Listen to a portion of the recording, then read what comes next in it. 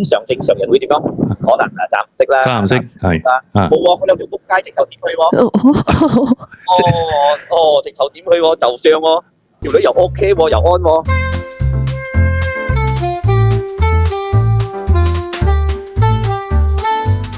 Hello， 大家好，欢迎回到来我们的男女那些话。我们之前有个听众啊，他 call 我们跟我们分享他在泰国的一个很特别的一段回忆啊。他其实，在 message 里面跟我们分享的，好像有4个故事。是啊，这次是我们第2次打给他。OK， 他叫 Steven。Steven 跟我们分享是吗？他有一段可能在10多年前了，应该。他分享一段他在 SPA， 在马来西亚的一间 SPA 发生了一个很炸裂的事情。我看了 message 也是吓到，你有吓到吗？是我看到第一次看到这样炸裂的事。我看到个炸裂，我讲哇，这样都可以哦。所以我们现在 call 一 call Steven， 希望 Steven 跟我们分享一下想当年发生的这一段在有趣的事SPA 有趣的事情。OK。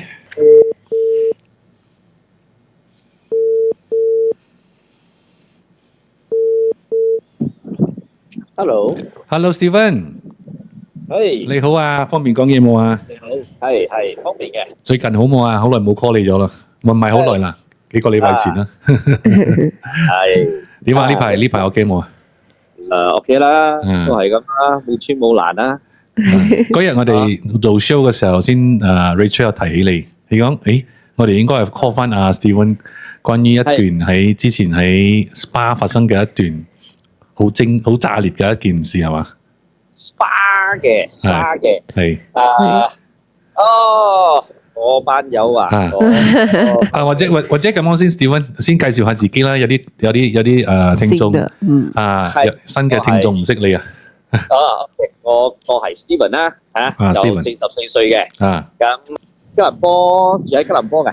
OK， 應該係咁啦。咁之前都有幫 Roger 你哋有講過一段古仔咁樣樣啦，係嘅，係所個經歷係咁今日你講起個 SPA 嘅呢段係真係好撚折墮嘅嘢嚟嘅，真係做埋啲嘢，係真係嗰句啦朋友妻米酒雞啊，朋友妻米酒雞第一擺見喺呢樣嘢個事情係咁嘅，我上晚都講過啦，咁我都幾中意玩下噶啦，成班有咁嘅腳噶啦有啲都係啲女啊，色情嘢啊啲傳 TV 啦、SPA 啦、出國啦，當年咧就有朋友就去嗰啲幾團SPA啦幾有名噶啦。OK。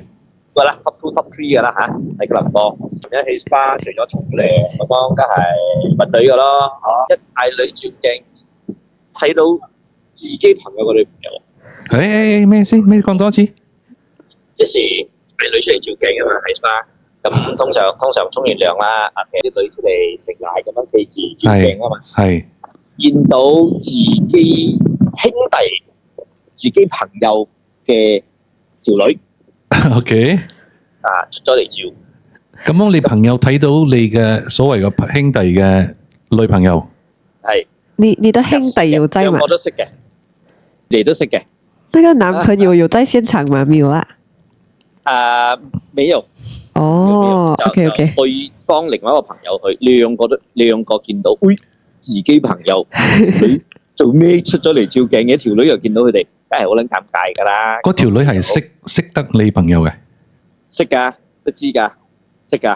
好尷尬。有識㗎，有出嚟飲過酒，有見過面㗎。通常正常人會點樣？可能暫唔識啦。暫唔識。有條仆街直頭點去喎？點去喎？就上喎，條女又 OK 喎，又安喎。OK。可是他記得是他男朋友的兄弟嚟的啦。識嘅，入咗房除咗搏嘢，梗係傾下偈㗎啦。咁條女都仲有幫朋友講，冇幫佢男朋友講咩，因為佢幫屋企人幫男朋友講，佢係喺新加坡做工嘅，做開人啊嘛，所以做咗好多去新加坡做工啊嘛，屋企人同男朋友都唔知其實係走咗上嚟吉隆坡。他原本是哪裡人？做開。OK。除咗搏嘢，梗係有講下嘢噶嘛，仲叫你冇幫男朋友講咩咁樣咯。之後班嗰兩條死仔冇上過，自己上過出翻嚟，其他幾個朋友講嚇，即係講好似兩個上咗嗰條女，跟住出翻嚟又翻去同其他兄弟講，幫其他兄弟講，嗰幾個全部湧住氣。哇！呢個真係啊〜OK，真係我講呢班友真係都唔知我哋賺得到啦，等下先，你本身有上去冇先？你自己有冇去？有冇去幫襯？我有去睇咁我條女都幾靚下嘅。照鏡嘅時候你有看啊？我可以坐喺嗰度睇噶嘛，沖咗涼咩翻，我坐住食嘢咩可以睇噶嘛，出嚟照鏡我就冇上，因為我唔識嗰條女嘅。所以嗰條女都係識你嘅。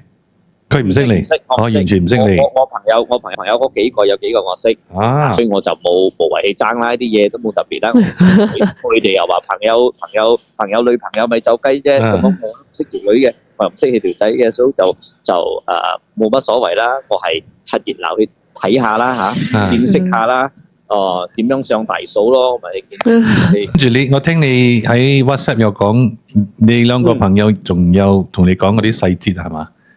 係啊，咁入到去，咁條女就真係其實講口技一流，哇！真係淨係齋擔都差唔多升天咁滯咯喎，唔怪得可以入到呢行啦，咁樣佢哋都幾羨慕佢朋友啦，佢兄弟啦，原來條女嘅功夫咁靚嘅喎，口技啦，咁話。你話卜嘢又冇咩特別啦嚇，最緊要個口功夫靚喎。講前後啦，你嘅朋友入邊有幾多個上過去嗌埋同一條女咧？佢哋係5個吧。哇，5個朋友，5個，5個都上過啊！真係到處宣傳哦。上咗去，仲有翻去揾多幾擺喎。跟住佢哋又約嗰條女出嚟飲酒啊 ？OK，所以出嚟飲酒就當冇事發生啦，就好似平時咁樣一般人出去飲酒傾偈嗰啲咁樣係嘛？啱啊，我都服咗佢哋啊！可以一條女幫幾條仔一齊出翻嚟飲酒，咁大家都上過㗎，有咩好似冇咩嘢咁樣。全程那個男朋友是完全不懂的啦。你男朋友唔知，因為男朋友喺咗學。冇喺度。喲，這些 brother 也不是人妖哦。不過到最尾有冇分咗手點樣我都唔知啦。呢個故仔女幾靚女嘅 ，OK 嘅。之後嗰 SPA 都幾有名下㗎，哥倫坡。好出名嘅 SPA 嚟嘅。好出名嘅 SPA 㗎，當年全部本地妹喺度撈㗎嘛。現在還有嗎？而家有㗎，不過就唔係本地妹啦，冇咩本地妹咗啦。越南啊嗰啲啊，中國嘅多啦，當菜全部本地啦。OK。那時候幾年前呢？我諗下，大概應該係25歲啊。哇，25歲都做這個事。20年吧，20年前。嗰時候你係25歲，即係講大概20年前啦。嚇？大概20年，即係講你嗰時候25歲啦，大概20年前。係啊。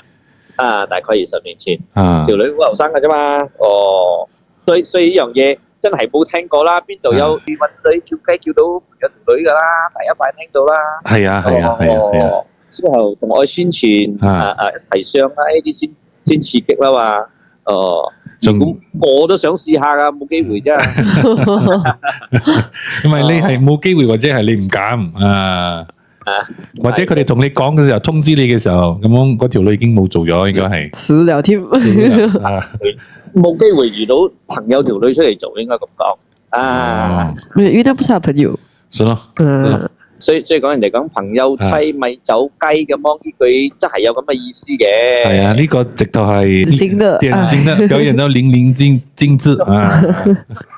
中國華語都有講嘛，好吃不過餃子，好玩不過嫂子。哇，這句我沒有聽過嘞。有的，學到了。你看好吃不過餃子，好玩不過嫂子。那時候嗰個年代啦，即係講好似去 SPA 啊，嗰時候係講緊大概幾錢㗎？20年前啊，嗰時去 SPA 通常獨女。OK，通常去浸熱水啦，通常正常係浸下熱水，之後就出嚟會食嘢啦，之後食嘢就可以飲下酒啊，出嚟照鏡嗰啲女都係即係咁轉嘅，出出入入嘅，咁坐喺個大廳嗰度啦。因為好多人噶嘛，咁台都係照鏡啊嘛，咁條女嗰啲女係出入，咁有啲做咁都有啲人睇你睇到啱 ，OK 咩號碼咪幫 captain 講啦。即係講嗰時候係嗰個年代係講全部做工嘅都係本地人，嗰個年代全部本地妹，未有呢啲咩中國人納入嚟啦。20年前未開放啦，中國都未正式開放，更唔使講啦。咁嗰時仲係本地嘅，好多本地同人啦、沙巴妹啦嗰啲啦，馬來妹都有嘅。咁坐喺嗰度，即係啱就可以上噶啦，啱就你哋有號碼噶嘛，全部有個號碼放喺旁邊噶嘛。幫吉登講就係啦。本地咧就冇中國嘅東莞嗰啲咁犀利啦，咩 ISO 啦，咩咁多程式啦。本地入到去幫你沖涼啦，有個水床啦，幫你捽下咯，之後抹身咁正常地就係衫啦、剝嘢啦。係之前我哋聽過一個聽眾同我哋分享喺中國嘅所謂呢啲場所係咪？佢哋好似有一個 pick list 咁樣嘅，有一個 check list 啊。記得咯，嗰個我都去過東莞啊嘛，嗰時最出名啊嘛，東莞長平啊嘛，人哋講男人天堂，女人嘅銀行。OK，我聽到名字咗。嗰個地方係真係誇張咯。真係誇張咯！嗰個地方，即係嗰啲女係好似巴剎咁樣啊，你揀好似我哋嘅菜市場咁樣過千嘅喎。哇！係的確，我之前有一個聽眾同我哋分享過，喺即係講好似東莞啦。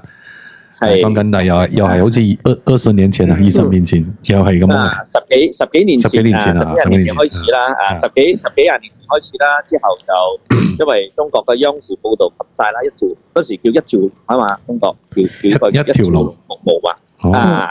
因為一條龍服務基本全部喺酒店嚟嘅，係成座酒店都係，就係 SPA 同埋房。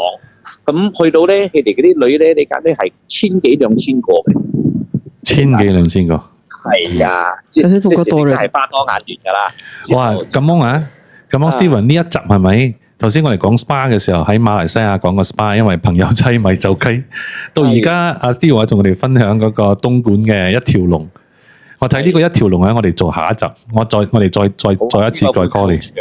呢個一條龍我都去過，係即時唔同嘅服務，唔同嘅酒店有唔同嘅服務樣。好。我哋下一次我哋再 call 你，我哋去聽下呢個東莞嘅一條龍。好啊，多謝你同我哋分享 SPA 馬來西亞 SPA 朋友妻米酒雞嘅故仔。仲有其他故仔嘅，有機會我哋再傾。好，我哋再 WhatsApp 再聯絡。多謝你 Richard。OK， 謝謝你。OK， 唔該晒你啊 Steven。唔該晒。OK， 拜拜。拜拜。我跟你講，真的是很炸裂的啦。我沒有聽過誒，怎麼可以這樣啊？他們的朋友。所以咯，他講，因為他在 message 寫的時候，他講是在，of course 我們沒有講哪一個什麼名字的 SPA 啦。他講朋友的女朋友啦，在 SPA 上班，然後他就講，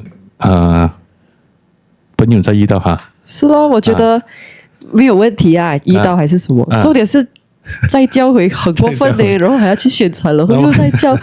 哇，這個好尷尬，這個真的是你講了嘛？你不尷尬的時候，尷尬就是你的了嘛？在想他男朋友知道的時候怎麼辦呢？希望不要去研究這個問題好 ，Anyway， 謝謝你們。如果你們開始有什麼故事啊，你要跟我們分享了是嗎？你可以message 進來找我們 WhatsApp 我們可以找到我們 WhatsApp call 我們你可以聯繫我們啦，如果你有什麼故事要分享，好不好 ？OK， 我們下一集再見。OK，拜拜，拜拜。